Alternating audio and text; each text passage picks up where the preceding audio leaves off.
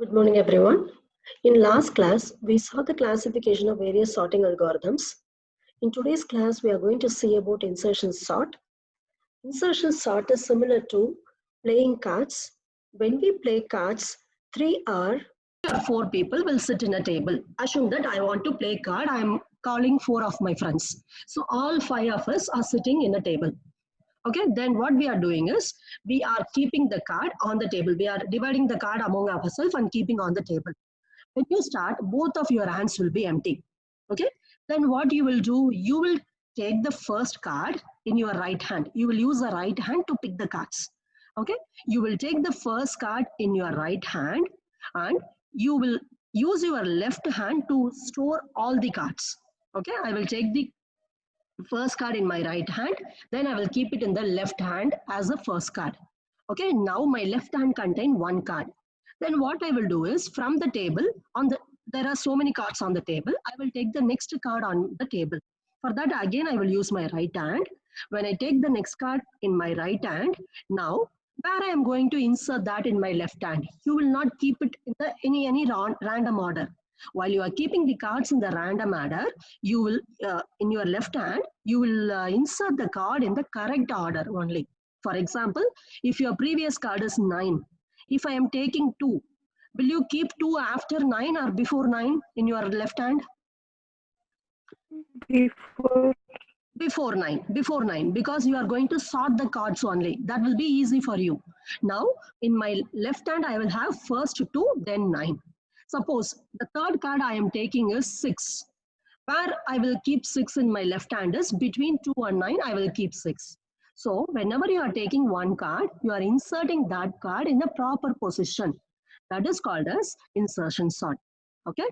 So now we will see one example. So you will be able to understand. So always remember, insertion sort means consider the game of cards. How you are inserting cards in the particular order, in the same way this sort is going to work. Now let us consider the example. Now imagine that I have 5 different numbers: 25, 75, 40, 10 and 20. I am going to sort all these numbers using insertion sort. So first you consider this diagram. Here I have one vertical bar. Okay, it is an imaginary, just an imaginary boundary, that's all. Okay, this bar is an imaginary boundary. Now whatever elements you have on the left hand side of this imaginary boundary, just see the cursor movement. Whatever you have on the left hand side of the imaginary boundary, all these elements are sorted. Okay, and whatever you have on the right hand side of the imaginary boundary, they are not sorted, they are unsorted. Okay, now when you take one card, now we are assuming that all these unsorted are nothing but similar to the cards which are on the table. Okay, and then all these are sorted are nothing but similar to the cards which are in your hand, that is the left hand. Okay, and now let us consider that I am taking the first card. Okay, do you need to sort the first card? When you take the first card, your left hand will be empty. Just you put the first card in your left hand. For the first card, no sorting is required. Okay, now the first card is in place now. 25 I am just putting here. Okay, next I am considering the next card as 75. Okay, this is the table. Okay, from the table I am taking the second card, that is the 75. When you take 75, now you have to place the 75 in your hand. That is, in this part you have to place 75. Where you are going to place 75? To place 75, just a minute, students are joining. So to place 75, first what I have to do is, I have to take this 75, I have to compare with all the numbers which are on the left hand side of this boundary. Okay, so now to the left hand side of this boundary I have only 25. Okay, so now compare 75 with 25. Do you need to do any swapping? That is, where you will place 75? No. No need for any swapping, because 75 is greater than 25. Suppose if 75 is less than 25, then only you have to move this 25. Okay, now 75 is greater than 25, so no need for any swapping. Okay, so now you will place the 75 after 25. Now these two elements are sorted with respect to each other. Okay. Now I am going to take the next number. The next number is 40. Okay. I have to compare this next number 40 with the immediately previous number. That is nothing but the 75. Whichever is in the left hand side of the boundary first, that should be considered first. So 40 I will take. I will compare 40 with 75. Do you need to perform any swapping now? Yes. Yes, Yes, ma'am. because 40 is less than 75. So you have to perform the swapping. So what you will do is you will move 75 to the position of 40. Then you will move 40 to the position of 75. That you have to do. When you want to do like that, first you will keep this 40 in some variable. Okay, then you will move 75 to the position of 40. After that, from the variable, you will move 40 to this particular place. Otherwise, you will lose the data. In swapping, you might have studied always, we will use a variable called a temp for the swapping. If you don't use temp, the variables cannot be swapped. Okay, so after we consider this 40, we will put 40 here and 75 should be moved here. They should be swapped. Then you have to compare whether you want to swap 40 and 25. Okay, 40 is the element you are comparing. Then you will compare whether you want to swap 40 and 25. No need, because 40 is greater than 25. So after this particular sort is over, your elements will be 25, 40 and 75. Now I will take 10. First I will compare 75 and 10. Do I need to move 75 or not? See, I am going to compare 75 and 10. Yes. So I have to move this 75. So what I will do is, I will move 75 from its original position to this particular position. Next, I have to compare 10 and 40. Okay. So 10 is now less than 40. So again, I will move 40 to the previous position of 75, because 75 is now moved to this particular position. Okay. So now I will move 40 to the previous position of 75. Then I will compare this 10 and 25. Okay, 10 is less than 25. Therefore, again, I will move this 25 to the previous position of 40. Now, I don't have any other element to be compared here. I reached the last element. So I will put 10 in this particular place. So after this is over, my array will be 10, 25, 40 and 75. Okay. And next, I'm going to consider the next element 20. First, I will compare 20 with 75. 20 is less than 75. So I will move 75 to this particular position. Then I will compare 40 and 20. 20 is less than 40. So I will move 40 to the previous position of 75. Now I will compare 20 and 25. 20 is less than 25. So I will move 25 to the previous position of 40. Then I will compare 20 and 10. 20 is greater than 10. So I will not move anything. Whatever is the place of this 25, that is free now. There I will put my 20. Okay. Now you don't have any other element. The boundary is at the left and right hand side end. So you will stop your sorting process. Okay. Now this is the tracing of the algorithm. Now let us see the program. Okay. So let me tell you the algorithm first, then we will go to the program. So in the algorithm, what you're going to do is, you're going to sort an array with n elements. Okay, n is the size of the array. You are going to consider from array of 1 to array of n minus 1. It is not n, it is n minus 1. Okay, so why I am not considering array of 0 is, the first element will be always sorted. Okay, because if you have two elements, then only you have to consider which is greater. If you have only one element, you will assume that that is 1, and you will proceed till array of n minus 1. Sorry, I made a mistake here. It is n minus 1. Okay, you will iterate through all the elements one by one. Then what you will do is, you will consider one element as the item or the key element. Okay, that is the element you are considering. That is the card in your right hand. Okay, you are going to compare that element with the predecessor. Predecessor is nothing but, here I told you, if I consider 10, the predecessors are 75, 40, 25. I have to compare this 10 with all these numbers. Okay, so that is the meaning here. Compare the current element with all its predecessor. Then if the key element, that is nothing but the right hand, the card in your right hand, if it is smaller than its predecessor, then you have to do the swapping. Okay, so move the greater element one position up to the right. We will see the functions one by one. Okay, so now you are going to write the main program. So in your main program, first you are going to accept your input, which is stored in the array. Okay, so we are going to consider that initially the array is not having any elements. You will try to read the elements from the user only. Okay, first declare the array a of 10. Then you need to know what is the size of the array. So I am giving the size as n. After that, try to read the number of elements from the user. That is nothing but scanf %t comma ampersand n. Okay, now we are going to write functions. Okay, now what are all the things you want to perform?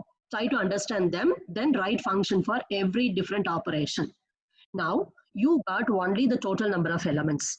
You did not have the array of elements in your hand. So write one function, read the array of elements from the user. Okay, so that is my first function, create array. Okay, so in create array, I am going to read n elements from the user and I am going to store it in the array. So I have to pass these two as an argument. So for the create array function, I am passing a, which is nothing but the array where I am going to store my element, and n is nothing but how many elements I am going to get from the user. Okay, after you create the array, just display the elements to the user and let them see that, okay, this is my initial array. Okay, for that I am going to use the function display. Display is simply going to print the elements to the user. Okay, what it is going to print? Whatever is there in the array, it has to print the elements. So again, for this function, you have to pass the entire array as argument, and in addition to that, how many elements are there in the array, that also you have to pass as argument. Okay, so now after you display, the user knows that, okay, this is my element. Then he wants to perform the sorting. For that, you write one function, insertion sort. You have to call this function. Okay, so for this function, again, pass the entire array as arguments and the total number of elements in the array. Okay, so after the insertion sort is over, the elements will be sorted either in ascending order or descending order based upon how you are writing your program. Okay, and then the final sorted array will be again available in the same array A. Okay, it will be stored in the same memory address. So no need to return anything from that particular function. Okay, the function insertion sort will be of void type. Okay, now the answer is available in the array A. Okay, you have to now display the user that this is my final array after sorting. So for that, again you call the function display. You pass the array after sorting A and then the total number of elements n. Okay, so this is our main program. Okay, that is our driver program. Now we will see all the three functions one by one. Okay, so now let us consider the first function, which is very simple, create array. In create array, we are passing the array and the integer n. So since the first argument is array, put the square bracket. Now inside the function, you are going to read all the elements of the 1D array one by one. Okay, the number of for loops for the scanf and printf depends upon the dimensions of the array. Here the array dimension is 1, so you have to write one for loop. Okay, so in one for loop, the index is from I equal to 0, I less than n, I plus plus, scanf %t comma ampersand a of I. The normal looping exercise. Okay, this is create array. And then in display, you are going to again accept the array as argument and number of elements in the array as argument. Then you will write for I equal to 0, I less than n, I plus plus, printf %d /t comma a of I. See, always when you are printing, either give /t or /n so that you will be able to differentiate the numbers. Sometimes students will not give /t, and if there is 121, I can imagine 121 as 12-1 or 121 or 121, anything. Okay, so always give /t or /n. Right. Now let us consider the insertion sort. So here I am going to pass the array and then n as the argument. Now try to understand this very carefully. Okay, so I already told you one card you are having in your left hand And from the second card onwards, you are going to see where you have to insert. Okay, so you are going to write your loop only from I equal to 1. Don't put here I is equal to 0. Okay, so write your loop from I equal to 1. Because we are assuming that first card is already sorted, we are taking the second card, which is at the index 1 in the array.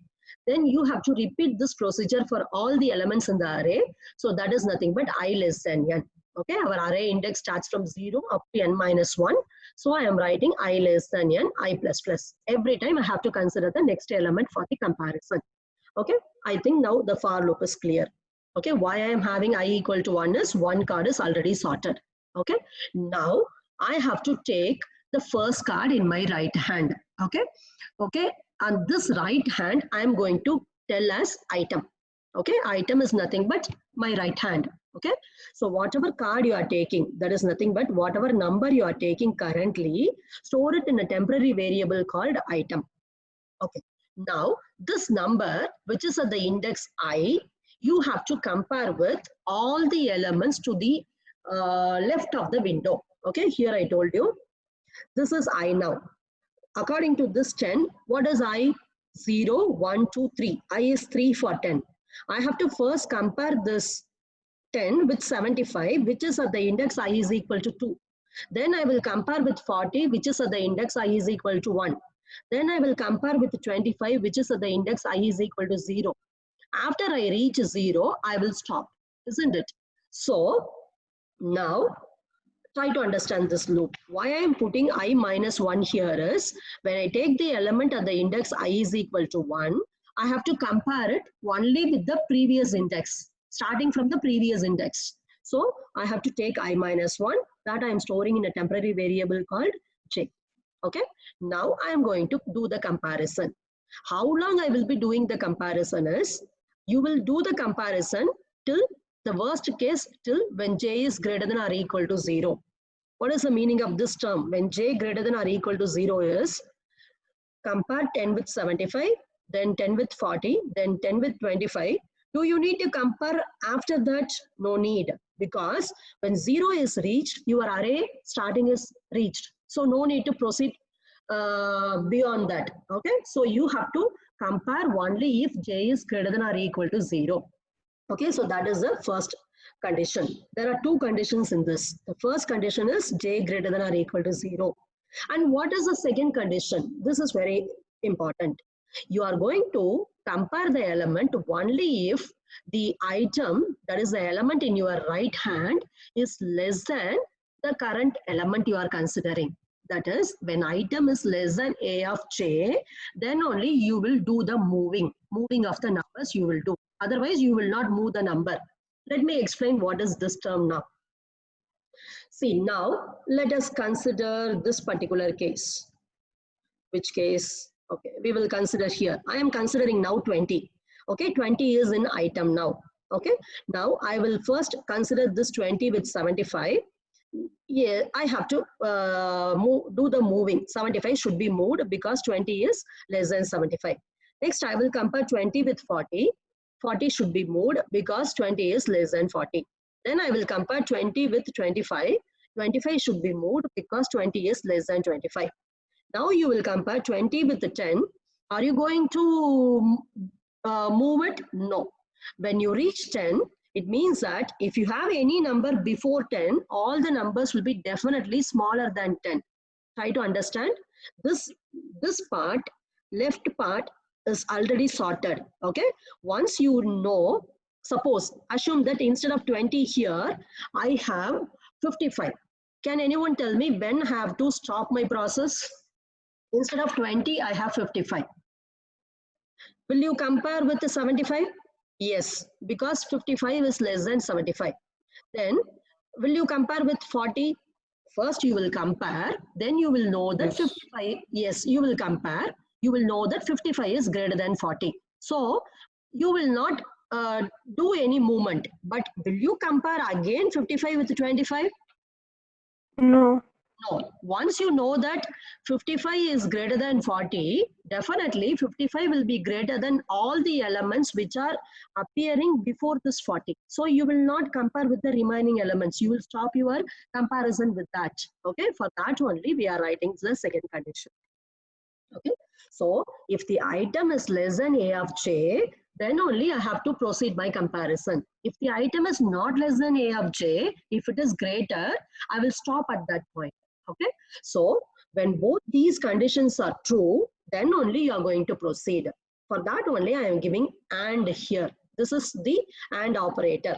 Okay, the AND operator will come to this loop. The control will come to this loop when both the conditions are true.